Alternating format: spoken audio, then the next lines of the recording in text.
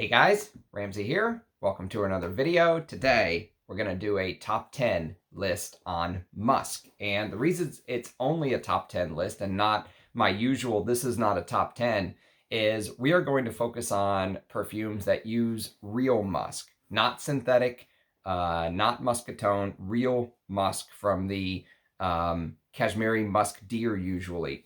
And so just a little bit of a background now, probably 99.999% of musk that you smell in fragrances is synthetic. And thanks to my good friend Russian Adam, I've actually had a chance to experience what the actual synthetic deer musk smells like. And I have to admit, I actually like the synthetic. It's a good ingredient. Actually, there's a early impression video that I've done on the entire zoologist sample set. And one of them is actually called Musk Deer.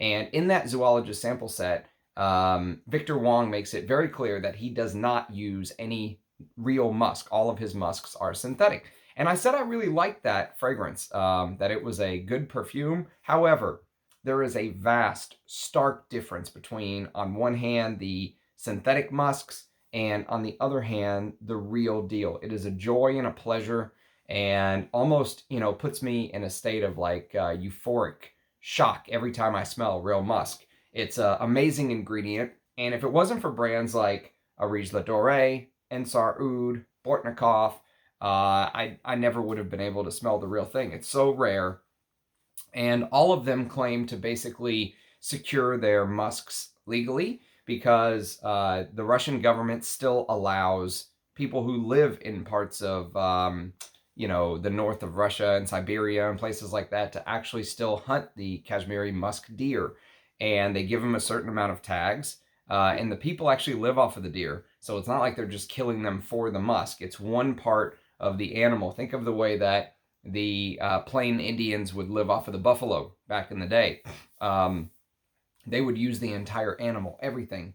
The bones, they would use the fur to line their teepees, right? Same thing for the people who live in the very rural parts of Russia. So the government still allows it, and the musk pod is sold off to people who make perfume. And I've heard Russian Adam say a couple times that one musk pod, which always comes from the male deer, is enough to make sometimes 100 or 200 bottles of fragrance, depending on how much that you put in. So even though it's a rare and I would say it's a blessing to get to smell this ingredient. It is something that I would say is probably going to become less and less feasible as time goes on and more of these animals are hunted. I've also heard about a lot of illegal hunting in the northern parts of China and stuff like that. And so, if you are going to indulge in these amazing fragrances, try to support some of the brands that make sure that they claim that they get their musks ethically and legally, like Bortnikov and Areej Dore and Ensar Oud. And one more I'm going to mention today is the House of Suga, TSVGA Parfums. So a top 10 in my collection, and these are my 10 favorite musk fragrances. Actually, what prompted this list is I'm wearing one of these today, but it's the very first time I was wearing it. And it's actually very high on the list already. Sometimes when you just know, right? And my favorite house that does musk is Areej Dore. I am in love with the way that he does the musk note, and it's just perfection for me. I've said it many a times before. If you've actually listened to some of the streams or some of the videos where I just have conversations about my favorite musk fragrance, you'll know probably either within the number 1 or the number 2 slot which one is my favorite musk perfume. You'll have an idea of what the top ones are. But these are just my personal taste, but these are 10 fragrances in my collection that actually use real musk. Now, before we do those 10, though, I want to mention 2 honorable mentions because there's actually 2 fragrances in my collection that do not use real musk. They actually use some sort of synthetic musk or muscatone or something like that. And it is, in my opinion, some of the best uses of musk I've smelled. It almost smells realistic, but I'll do a separate synthetic ranked musk video. That'll probably be much longer than this one. But just to give you guys a couple ideas of some other fragrances to potentially try to hunt down. Neither of these is super easy to find anyways, but just to give you some idea of my taste in musks, this is a fragrance from the house of Areej Dore. This is an honorary mention. We're not starting the top 10 yet. And this is called Siberian Summer. Now, Siberian Summer, here's the note listing right here. And you can see clearly Russian Atom discloses that it is actually synthetic musk. But when I smell this, it almost smells to my brain like I'm smelling a real musk fragrance. What a beautiful creation this is. I mean, it's animalic, it's green. If you've ever smelled, excuse me, if you've ever smelled Papillon's Spell 125, okay, that's a beautiful fragrance. I actually have a video on my channel about that off of a sample. I don't own a full bottle of that, but Spell 125 has this amazing, ambergris and, green Siberian stone pine note, and it's kind of camphorous, and it's beautiful. And this has some of those features, but imagine more. It goes more into the way that Russian Atom makes his musk perfumes, even though it's synthetic. And like I said earlier, when I smell the synthetic deer musk, I still like the way that it smells. It just doesn't have that heavenly, almost this euphoric aura that happens in my brain when I smell real musk. And it's a very hard note to describe. Describing real musk might be one of the hardest things I've ever had to do on my channel. And what I've kind of settled on is basically this descriptor of, imagine you're actually smelling the animal itself. There's a bit of furriness. There's a bit of, you can't really say muskiness, but there is a bit of powderiness, a bit of sourness, but mostly what you get is this warmth, this feeling of warmth, almost like someone took honey and poured it all over your body, right? But instead of honey, it's musk. And I know that doesn't seem to make sense, but it's a very hard note to describe. It's almost like you're smelling the fur from the animal. Imagine you're kind of feeling the hindquarters of a deer or something like that, right? And you know how the fur is kind of coarse and it's coarse, and they're made to live in the forest, so their fur is going to help keep water off of them and snow off of them and all that good stuff. And that's kind of the feeling of part of the fragrance. On one side, it has this harsh, coarse, almost like it just invades your senses side. And on the other side, it's one of the softest, powderiest, most almost like just being wrapped in a blanket and, just being comforted. It has both sides of it. And it's such a beautiful ingredient. And hardly have I ever smelled a synthetic musk perfume that captures it as well as Siberian Summer. Just unbelievable. I'm a big fan of this. So 2019 release, and I'll be talking more about this on the channel very soon. The other honorable mention for real musk perfumes that is not a real musk fragrance, but to me smells so close as to almost be indistinguishable, again, is an Areej Dore. That's just the way this list is going to go. I think Russian Atom has a special gift with a couple ingredients. Things like ambergris, real musk, and oud are almost like his forte. Almost like he's been put here to create fragrances that use those ingredients, using real oud, real musk, real ambergris, real amber, that kind of thing. And so this is called Antiquity. And Antiquity is one of my favorite Areej Dore creations ever. You can see the note listing right there if you want to kind of pause it and read that. But in a nutshell, he lists Muscatone from 1930 to 1950. So Antiquity is all about vintage fragrance styles, okay? So Antiquity has this old school peach aldehyde with carnation, vintage notes from the old days. There's Russian leather in here. There's a Cuir de Russie accord from the 1930s to 1950s. And there's a Patchouli used from 1985 and 2017. And basically the whole idea with Antiquity is that this perfume represents a bygone era. And whenever I have a review of this one on my channel, I don't have a review of Siberian Summer on the channel yet, but I will hopefully very soon.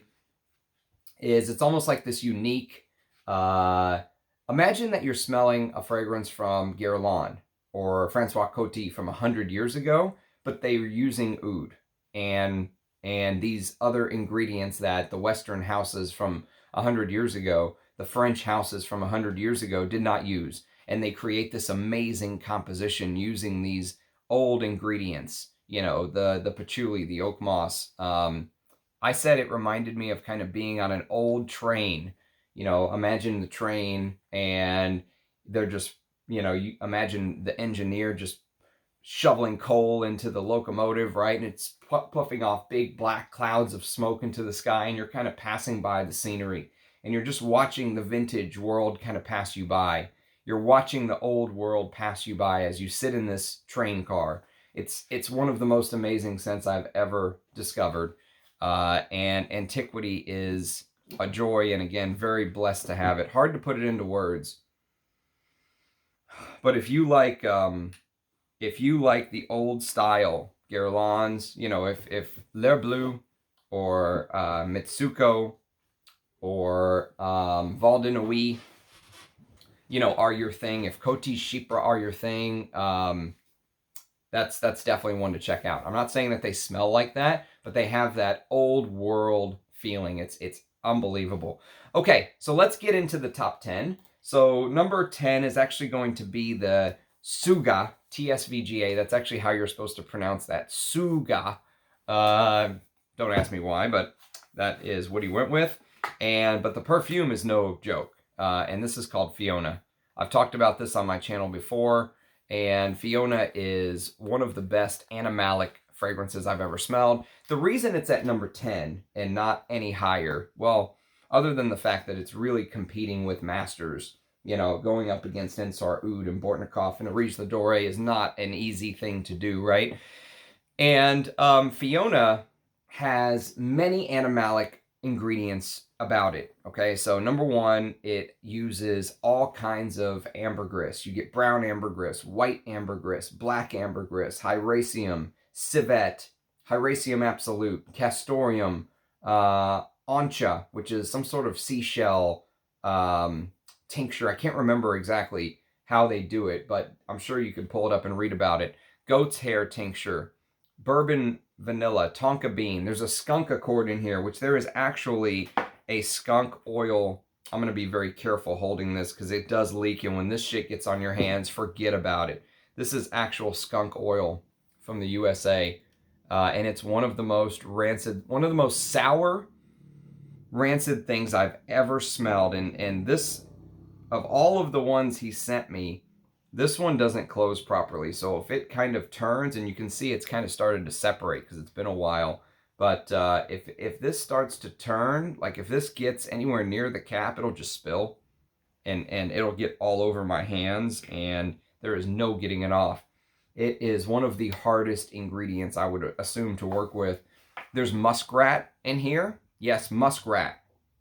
There is Malaysian oud, Vietnamese oud, Indian oud. There's like 3 or 4 types of oud. There's a bunch of florals, Jasmine grandiflorum absolute, Jasmine sambac absolute, Moroccan rose absolute, white champaka, champaka absolute, white lotus absolute, pink lotus absolute, ylang ylang, ylang ylang absolute, frangipani absolute, Mysore sandalwood. He claims real Mysore sandalwood. He claims Borneo oud and Patou oud. It's like 5 types of oud. And this is more to me, the reason that I didn't put this any higher is that even though I know this has real Siberian deer musk in it, according to him, this is more to me about the other animalic notes. It's about the ambergris and the civet and the castoreum and the hyrax and this animalic floral that hits you and the ouds. It's a lot about the ouds.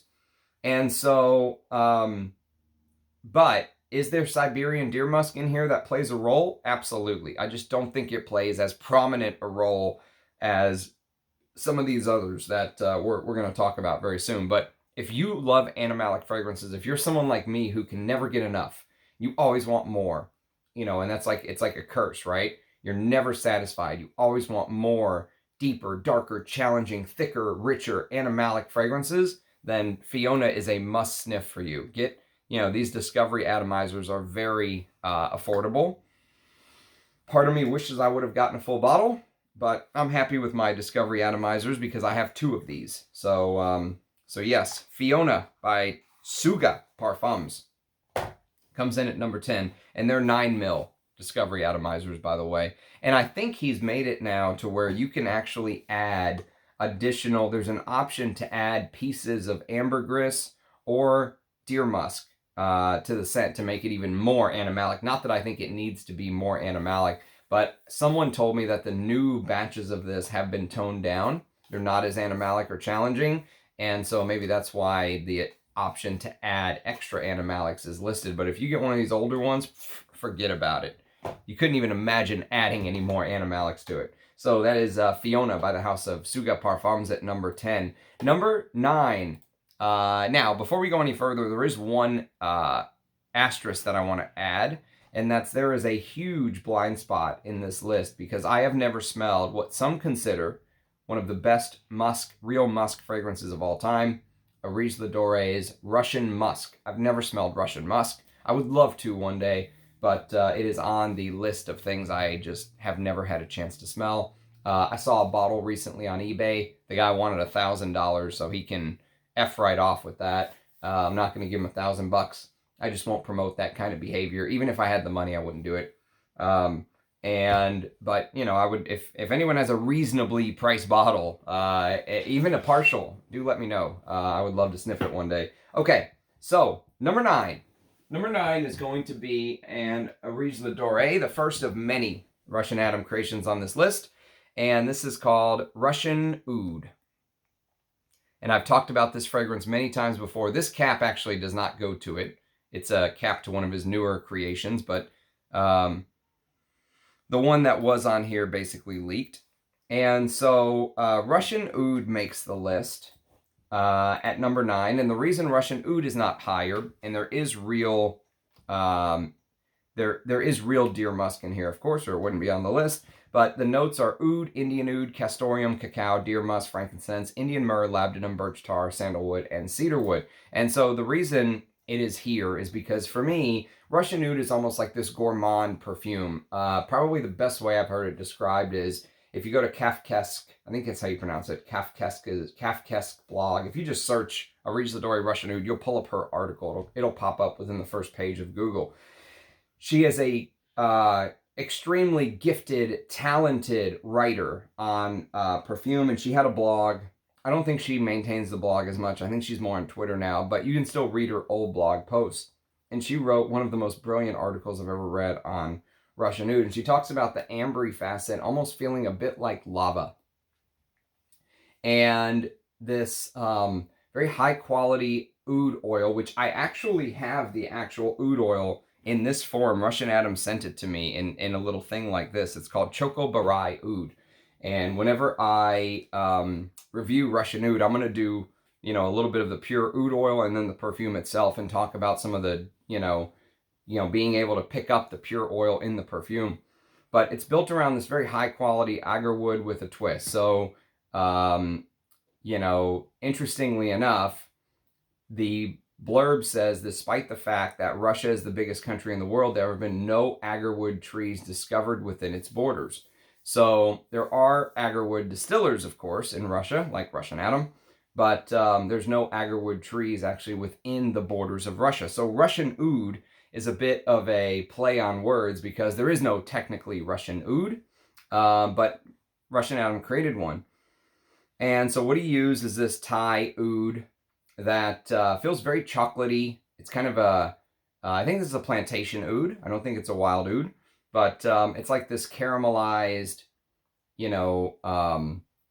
Hershey's caramel chocolate feeling. It's like a chocolate oud is what it kind of turns into, but with this amber and woods and natural musk. And the reason that this isn't higher rated on the list, the reason that it's only number 9 is that Russian Oud for me is more about kind of the myrrh, the apopanax, the sweet myrrh, the labdanum, the ambers, the lava-like ambery feel with the oud, the chocolates, the caramelized, you know, chocolatey bits. And some people say that this is tough to wear. I don't think it's tough to wear at all, personally. I think it's an easy wear. It is very extreme and it lasts forever. I mean, you're talking half a day, if not more, all day. But you have to like chocolatey ouds. I think it's one of the best chocolatey ouds. If I was ranking my favorite gourmand ouds on the list, this would probably be number one. But since we're talking about musk, it's more about some of the other ingredients than it really is about the real natural musk in here. So yes, this is also one that will sometimes pop up on eBay or something for $1,000. Not worth that at all. Do not pay that. I mean, I can't say it's not worth it because some of the prices nowadays are outrageous.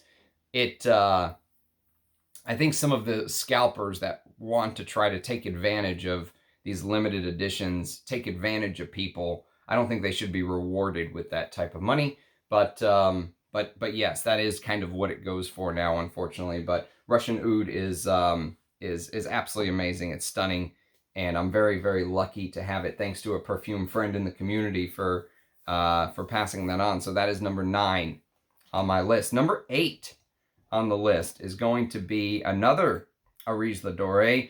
This time, I do not have a bottle, unfortunately, but I do have a decant, and I do have a review of this on the channel, or at least an early impression, we'll say. Many of these are just early impressions on the channel anyways, and this is called Malik AlTaif. And man, I would love another one. I would love a full bottle of. You can see right there how much I have left. Just, oh God.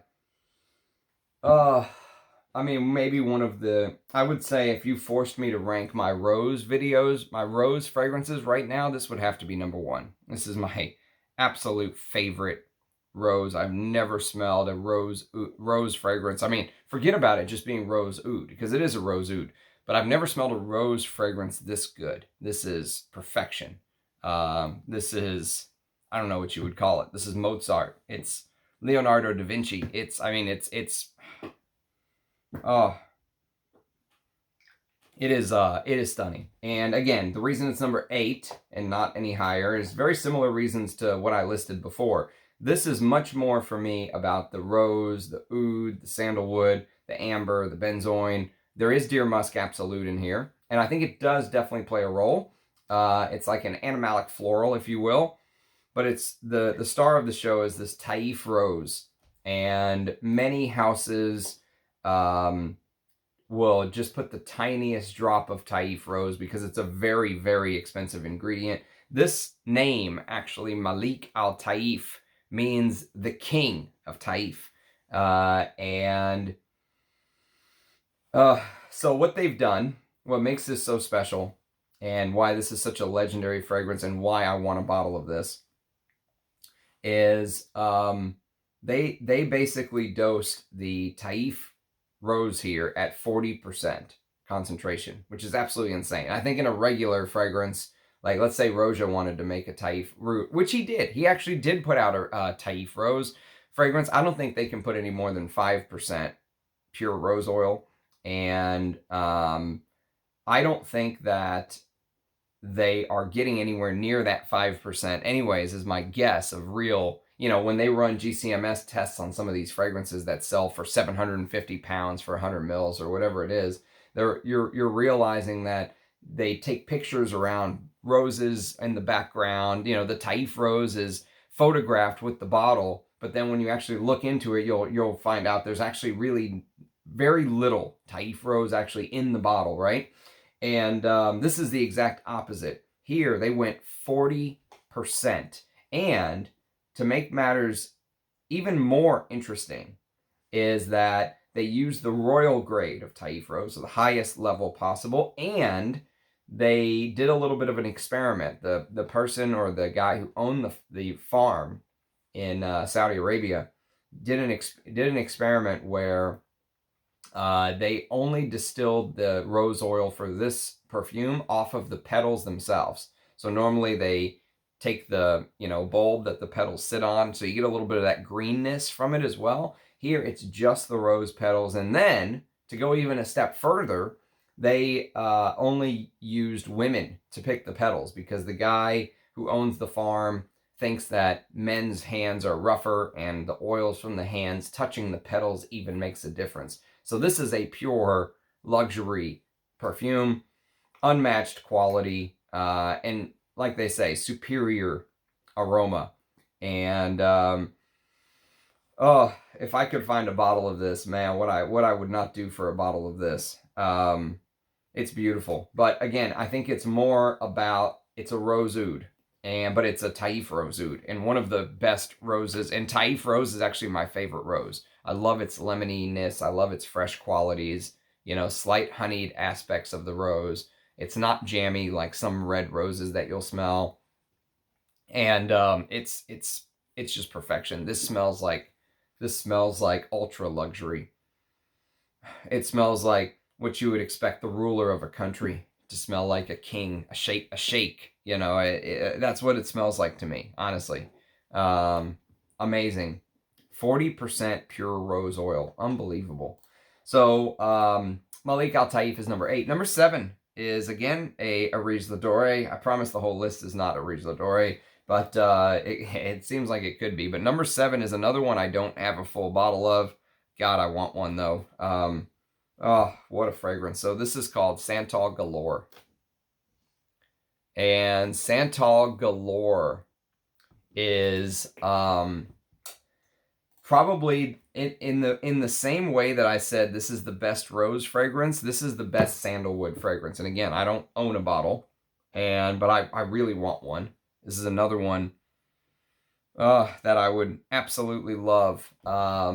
And again, it's very unique. In the top, they use this durian fruit, which I've never really seen before used. You can see, excuse me, you can almost see this granular texture, and that's from the durian fruit. It's, if you read about durian fruit, some people can say it smells like old socks, or it smells kind of disgusting, like, like it smells like baby throw up, or you hear all kind of people mention different things. But the durian here doesn't have that at all. It just adds this unique top, this unique opening. And again, the natural musk is in the base, and it does play a part. Absolutely, it plays a part here with the sandalwood.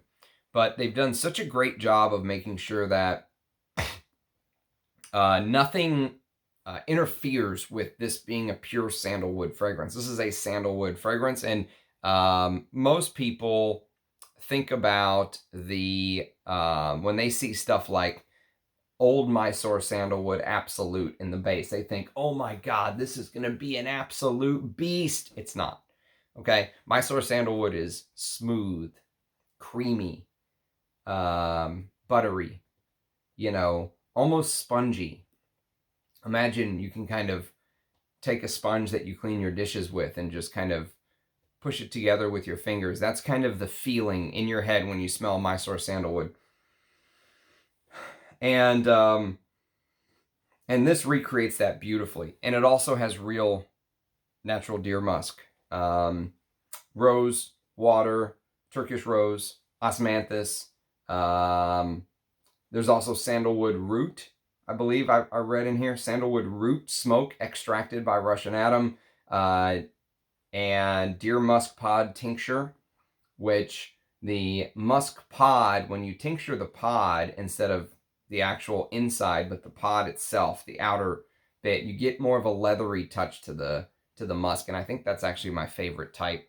But yes, Santal Galore comes in at number 7. Number 6. All right, this one's not an Areej Dore. This is his friend Bortnikoff. And actually, before I actually show you the fragrance for number 6, I want to mention something I noticed today. Actually, thanks to Scott for reaching out to me and telling me this. But he sent me an email and he said, hey man, I just wanted to let you know that Parfumo shows Oud Monarch as being discontinued. And I went, shit. So I went to go look. Sure enough, Oud Monarch shows discontinued. This is Bortnikov's version of a chocolatey oud, okay? And it's fantastic. It's a little bit more floral than Russian oud, okay? There's a little bit more magnolia, frangipani, you know, rose de mai, Himalayan rose, this kind of thing with some tobacco. And Bortnikov does beautiful florals, but one of my favorite chocolatey ouds officially shows discontinued. It's no longer on the Bortnikov website. And then to make matters worse, even more of a gut punch, Oud Maximus is no longer on the website. And I told Scott, I said, hey man, I think that might just be like the original Oud Maximus. You got to go for the one that's Oud Maximus 2020. And he was like, no, that one's not there either. And I was like, ugh. So if you're interested in getting some of these Bortnikovs I rave about, now might have to be the time. But the Bortnikov that's actually going to make this list at number 6 for my favorite musks, and this one is still available. Oh, you know. And this is called Musc Khabib. Musc Khabib. And I guess the older Bortnikovs came with the wood cap. The newer ones come with this cap that kind of looks like a Roja cap. It's like metal-y, and oh, this is one of my favorite musks. And honestly, the only reason it's at number 6 and not higher, if you would have asked me this list a year ago, I would have said this is my number 1 musk. Number 1, hands down. I love Musc Khabib. It is so good. It's bergamot, cardamom, nutmeg, ylang ylang, cedarwood, tolu balsam, ambergris, deer musk, oak moss, vetiver, tonka bean, and vanilla. And the thing about Musc Khabib is there's a fragrance that, and there's now talk again, just like as usual happens when there's a packaging change, there's talk of reformulation. People are saying that the, you know, old wood cap ones are better and that the new ones with the new metal cap are not as good. I've never done a side-by-side, so I can't speak to that, but just so you know, people are talking about reformulation with this. And if you've ever smelled, there's actually a fragrance that he has put out, I think maybe a year or so after this, called Chypre du Nord. And Chypre du Nord shares this Chypre structure with Musc Khabib. I think Musc Khabib is basically a Chypre. That's what Lucky Scent says anyway. It says, Musc Khabib isn't so much a fragrance as an experience. Sure, it's a wonderfully opulent Chypre built on bright bergamot, spicy florals, and a rich yet fresh base of moss and musk, the likes of which is rarely seen in modern perfumery. We can't help but shake the feeling that this wasn't even made to be worn in public. I disagree. I think this is beautiful in public. But rather for the true perfume lover to lock themselves away from the world and apply heavily, shaking with giddy delight at each sniff brings a wholly novel combination of its featured notes. One moment intensely bright and spicy, the next warm and animalic. Definitely warm and animalic. Definitely. Then perhaps creamy and sweet and back again, an overflowing and over-replenishing treasure chest of olfactory riches. It's a collector's scent. And they go on. Okay, so Musc Khabib comes in at number 6, and probably the most easy one on this list along with Fiona. Musc Khabib is probably the one you can get just right now. You can just go to Lucky Scent and buy a bottle. It's there. You're just going to get the new bottle, and I've never smelled that one, so... and same thing with Fiona. You know, you're going to get one of the newer ones. I've never smelt it, but these two you can just go buy right now. You don't have to go hunt down vintage bottles and discontinued bottles and all that. The rest of them are not going to be so easy. But Musc Khabib is number 6. Probably would have been number 1 a year ago, but I've smelled a lot of musk fragrances since then. And this is one of them, number 5. And this barely eked out Musc Khabib, actually. And if you would have asked me maybe a month or 2 ago, after testing this for the very first time, this probably would have been below Musc Khabib, but ahead of some of the Areej Dores I mentioned earlier, like Santal Galore, Malik AlTaif, and Russian Oud. Excuse me. Pardon me.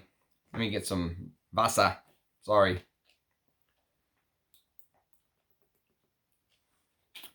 Okay. So this is Ensar Oud EO number 2. And this is the Pure Parfum. And again, I don't have a bottle. This is all I have.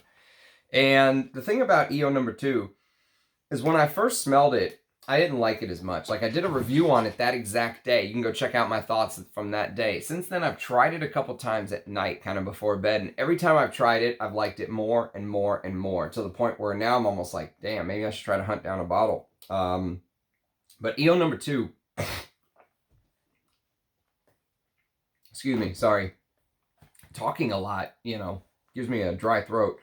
So EO number 2 is a 2018 release, and it is a pretty complex fragrance. So basically the note listing is the top of cumin, French cedar, pink pepper, rosewood, basmati rice, and coriander. Heart of black tea, Turkish rose, clove, papow, sandalwood, jasmine, sambac, and Himalayan rose, with a base of real Siberian deer musk, Mysore sandalwood, labdanum, Patou oud, Australian sandalwood, Timor sandalwood, and civet. And so multiple types of sandalwood, multiple types of rose, cumin, that basmati rice note in the opening sounds crazy, but it's definitely there. And with the cumin, it reminds me a little bit, and I said this in the review, the opening reminds me a little bit of Oud Picante by Areej Dore, which came out a year before this, and I think was the inspiration for this. I think Ensar copied Areej a little bit with this DNA, which is okay. You know, you can take inspiration from other people. It's just when you flat out, you know, copy somebody, it turns into a problem for me. This is not a flat out copy, because in the dry down, it kind of goes in a little bit of a different direction. And I don't think Oud Picante even has any real Siberian musk, whereas this almost turns into a musk base. And it's the musk base that I've come to appreciate more and more and more every time I wear this. And that's how it barely eked out Musc Khabib. And there's this leatheriness from the labdanum and the oud. And the more I've worn it, the more I'm like, damn, I kind of like this, actually. EO number 2 by Ensar. You know, and here's basically what Ensar says about it. This is straight from the Ensar website. It says, instead of going where all men have gone before you, you're thrown off the beaten track with musk drinking black tea under a canopy of cedar. Himalayan rose and coriander waltz onto the floor with subtle wafts of rare sambac, jasmine sambac on top, and a primal, peppery scent of steaming bedroom sweat. Yes. Spent. Yes. Full grain, veg tanned, Italian calf hide, hand worked by leather legend Khabib Dingal to add some pepper animalics to the husky heart, bulging with civet and spice. Number 2 entrances your nose like crisp Boucard's lens does the eye. From the colored slopes of Namaqualand to remote shrubs lining surface coasts and rewatches, galloping through Tibetan mountain roots. That's kind of a note from the brand. But Ensar Oud's EO number 2. Very interesting musk fragrance. Unique. Very unique and different. And EO number 2 and EO number 3. EO number 3 I've never smelled, but I want to. But EO number 2 very well could be on the potential to buy list. Okay. My scent of the day in number 4. Sorry, EO number 2 was number 5. Number 4 on the list. Number 4 is my scent of the day. And I was going to do an early impression video on this today. And I'm like, you know what? I'm not ready. I wore this to church today. And I really haven't had time to focus on it. And I said, instead of rushing it, I want to take my time, because this is a very complex musk. It's different from any of the other Areej Dore musk I've ever smelled. And again, I've never smelled Russian musk, so that's the one some people rave about, and I'm completely ignorant of it. But this one's called Musc Lave. One of the most beautiful bottles you'll ever see. And you can see I just have a little bit there of juice. Musc Lave. There's the note listing if you want to kind of pause it and read. I'll read it to you. It's bergamot and lavender oil from 1920, and that's important. Lavender Absolute from 1915 to 1920, osmanthus, aged Mysore sandalwood, and natural wild Siberian deer musk. Base notes of iris accord, oak moss, and labdanum. Now, the reason I say that whole 1920 bit is important is this smells like, what this smells like to me, if you've ever smelled some of the really old iterations of perfumes, like this is my vintage bottle of Chanel's Cuir de Russie in Eau de Cologne, one of the best fragrances I've ever smelled, hands down, one of the best. I prefer it in the Eau de Toilette, which is also, I have a vintage bottle of the Eau de Toilette, but this is just Chanel class through and through. And the reason I say that there's a connection between these two, the Eau de Cologne of Cuir de Russie and the Musc Lave is, there's just something about that Mysore sandalwood posh, you know, doesn't scream, doesn't shout, it's easy to wear. This is different from the usual real musk fragrances that I like, that are animalic and leathery, and that are going to make the top 3 basically. This is a different type of musk. This is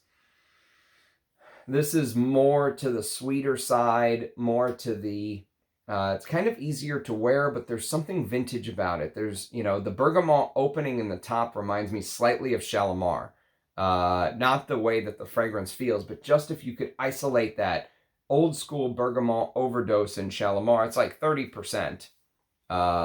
You know, there's a huge amount of bergamot in Shalimar, and this old school vintage bergamot oil from 1920 reminds me of something like an old school Guerlain or an old school Chanel. Okay, it has that feeling about it. Or if you've ever smelled the very posh dry down of some of these Jean Patou fragrances, like Patou pour Homme or Patou pour Homme Prive, you'll kind of get an idea of that Mysore sandalwood dry down that I'm talking about. There is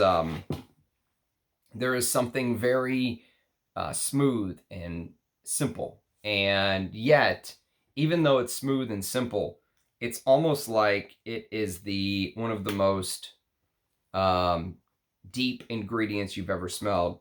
There's this, you know, there's this special creamy, almost like you're smelling something slightly milky about that sandalwood dry down. And you get that in Musc Lave, and it's the lavender makes it very herbal, but there's also something so vintage about it. The osmanthus doesn't come across as modern osmanthus to me. Doesn't smell like, you know, that big apricot, leathery, animalic osmanthus that I actually really like. This smells,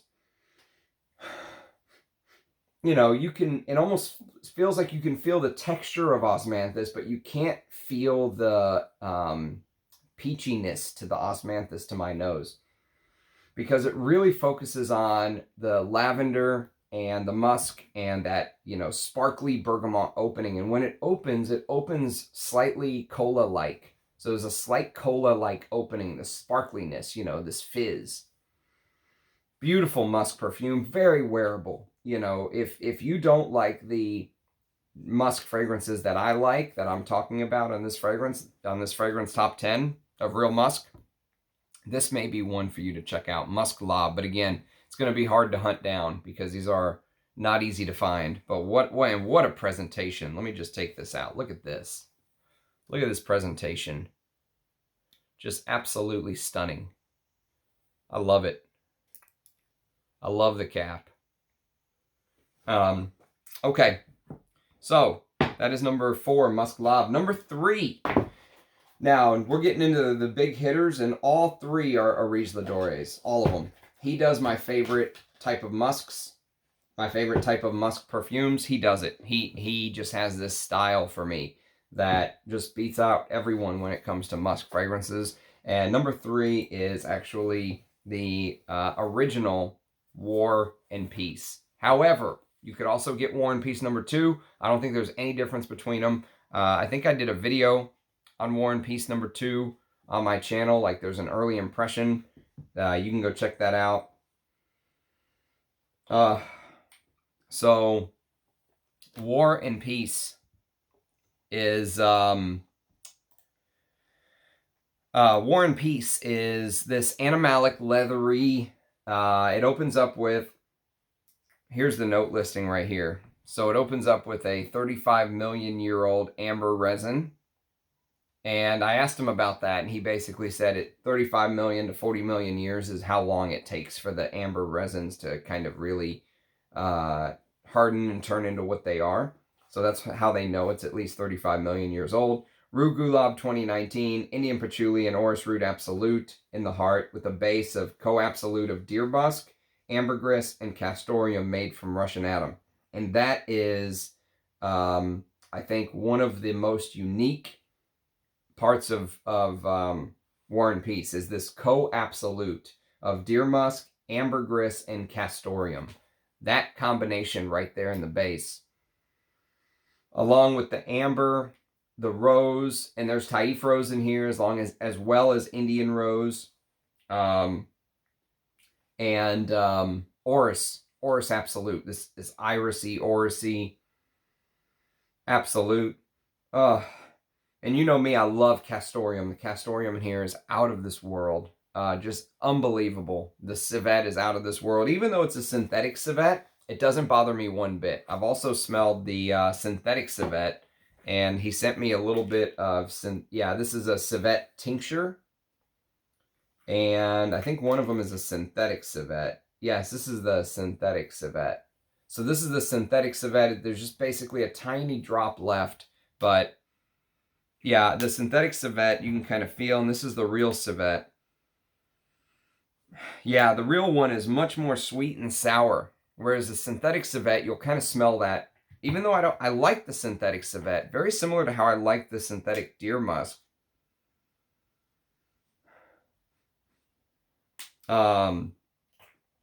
But yeah, so the synthetic civet does not bother me in War and Peace. I have no problem that it's synthetic. It's very well done. Beautiful, leathery, animalic, ambery, just fantastic. War and Peace is unbelievable in any version that you can get. Number 1 or number 2, doesn't matter.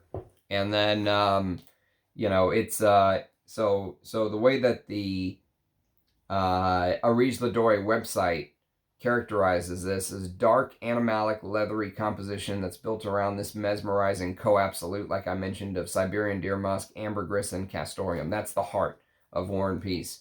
And so it's just juxtaposition of black and white, life and death, this balance, you know, this olfactory poem, as they say. War and Peace will satisfy even the most adventurous fragrance lover. Yes, it will. I will agree to that 100%. So that's number 3. Number 2, this is where I really struggled, because number 2 could be number 1, number 1 could be number 2, and I'm like, what do I do here? I honestly basically flipped a coin. I basically flipped a coin. I went with my original gut, even though this number 2, what I put at number 2, I easily could have put it number 1 and felt completely satisfied and fair that it deserves to be at number 1. I would love a bottle of this stuff, but number 2 is Inverno Russo. I wish I had a bottle of this. This is one of the best musks, spicy animalics I've ever smelled. And the idea behind the fragrance is stunning. So the idea is that, here's the description: shock, coziness, love, passion, nostalgia, sadness, joy, peace, silence. White and heavy, sweet and hot, fluffy and animalic, challenging and inviting, gracious and calm, dreamy and awakening. Inverno Russo is my personal poetic dream, my imagination's scent of Russian winter. It is a period of perfectly balanced love and hate, yet it may deliver severe suffering, breath in the aura of my lost dream love. And actually, there's a little disclaimer on here. The olfactory composition contains an animal product, a maceration derived from a legally obtained wild Siberian deer musk pod. These were sourced from a legal institution that buys only from registered hunters who have permission from the Russian government to hunt a regulated number of wild deer per season. Legal musk grains are available in very limited amounts and are typically used only for traditional medicines. This is one of the reasons why natural musk grains are no longer used in large-scale perfumery. So that's a beautiful, perfect little write-up of what I'm getting at. The notes in here are rose, alba, otto, and white pepper absolute, extracted by Russian Atom. Heart of peach blossom and osmanthus co-absolute, extracted by Russian Atom. White frankincense, distilled by Russian Atom. White gardenia, white champaca, clove, cardamom, Indian sandalwood, tonka bean absolute. Tincture of legally obtained wild Siberian musk pod and synthetic civet. A base of rare wild Haney and agarwood oil aged over 5 years. Indian oud oil, white Indonesian garu boya, beta leaf, and Virginian cedar wood, and benzoin. And if I remember correctly, There's a Peach Blossom Absolute in here, which Russian Adam told me he's never seen again since then. He found it randomly and decided to use it in Inverno Russo, and he's never seen a Peach Blossom Absolute since then. And so these are very limited, one-time run fragrances, and he uses a lot of different kind of, you know, distillations made over time to create them, that sometimes it would be almost impossible to recreate without then going back and doing all these individual distillations and putting them together again. But the deer musk used here is the pod itself. So he tinctured the pod, the leathery part of the pod, that makes the musk come across as more leathery and animalic. If you tincture the pod, apparently it comes across as more leathery than the inside of the pod.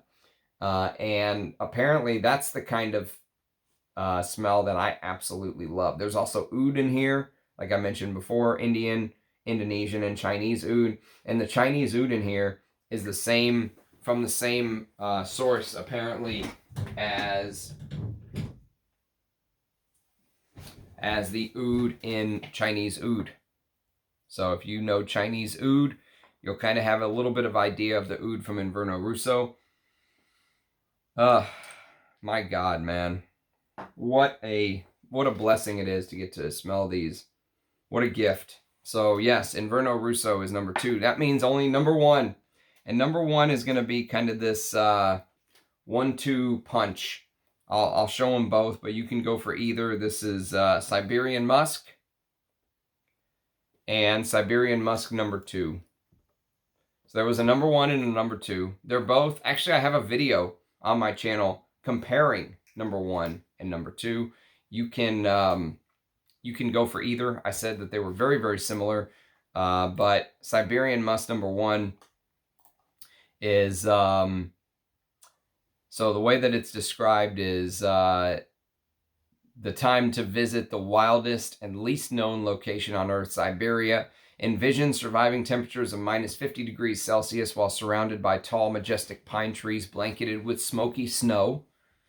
The blessed kiss of a musk deer, hints of fresh bergamot, sweet mandarin, and juicy lime to remind you of summer, the smoke without fire, and a wild desire for a hot cup of tea, bubbling cool galbanum on charcoal, and frozen orange flower, smoking cinnamon stick, amber resin flowing down a wooden wall, dry, warm patchouli, and clove in your tea. This is blue, freezing early morning, and you are fully covered in Siberian aura. Survived, reborn, fresh, happy. The scent of Siberian musk will please a person of any age and gender who seeks a uniquely fresh, spicy, slightly animalic scent, conjuring up images of the wild, forested lands of Siberia. Each level of this aromatic poem has been carefully blended with the utmost care, respect, and love over a long period of time through a process that consisted of multiple stages. Siberian Musk is limited to a number of 100 full 50 ml bottles. This is the original. This limitation is a result of the rare ingredients being used and is the only solution to avoiding batch inconsistency. And the same little blurb, this olfactive composition contains an animal product, you know, on and on and on, like I read you on Inverno Russo. So the notes are Italian bergamot and lime, Indian mandarin, Siberian smoky pine, freshly co-distilled hydrosol from exotic fruits and citruses, heart of a maceration made from legally obtained wild Siberian deer musk grains, Moroccan orange blossom, Australian sandalwood, galbanum, cypress, and a variety of spices, wild green agarwood oils in the base from Papua New Guinea, blue cypress, absolute, patchouli, and amber. And number 2 is basically almost like this, it's basically almost like this just continuation of number 1. There's almost no difference to me. I don't think I could pick out a difference if I tried.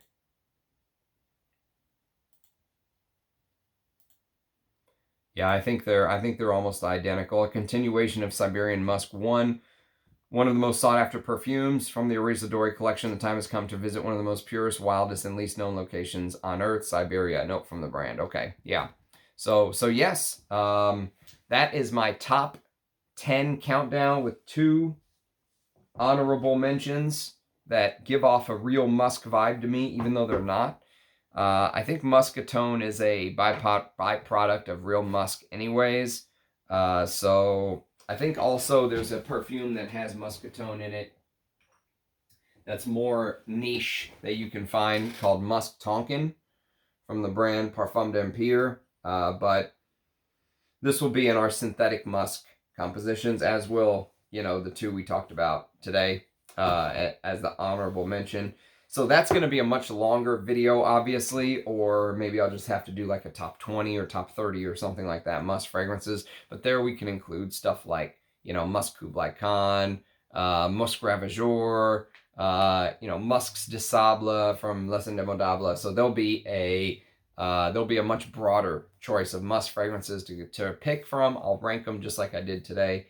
And yeah, then we'll have a real musk video and a synthetic musk video, just like we did a real oud video and a Western oud video. So yes, I appreciate everybody watching. I would love to smell the one I mentioned earlier one day, Russian musk. But as of now, it's a little bit of a blind spot for me. If there's any other real musk fragrances that you guys can think of, do leave it in the comments. And let me know if you've smelled some of these, what your favorites are, you know, what your favorite brands are from the ones I mentioned. Areej, Dore, Bortnikoff, TSVGA Parfums, and Areej, Dore, of course. So yes, do let me know what your favorites are. Thanks for watching, everybody. I love the support, the feedback, the comments. Do like and subscribe because we're constantly bringing more people to the community. I don't say that enough, but I should really make it a you know, something that I do every single video, because I think it does kind of the likes and all that good stuff help get the video out to more people who I think would fit in our little fragrance town. And there's a lot of fragrance lovers out there that just don't have the content from the mainstream perfume channels. You know, their Fragcom is kind of doing people a disservice nowadays. And so I want to try to fix that as much as I can, along with, you know, the people in kind of my inner circle who think like I do. I think we're putting out very important content. And so hopefully the true fragrance lovers will appreciate this kind of content. And, you know, I love hearing from you. And I always learn more from you guys than you do from me. Like I said it before, I'll say it again. If there are more real musk fragrances that you all know of to try, do leave it below. I'm always open and wanting to learn about new fragrances. So cheers, everyone. Thanks for watching, and I'll see you next time. Bye-bye.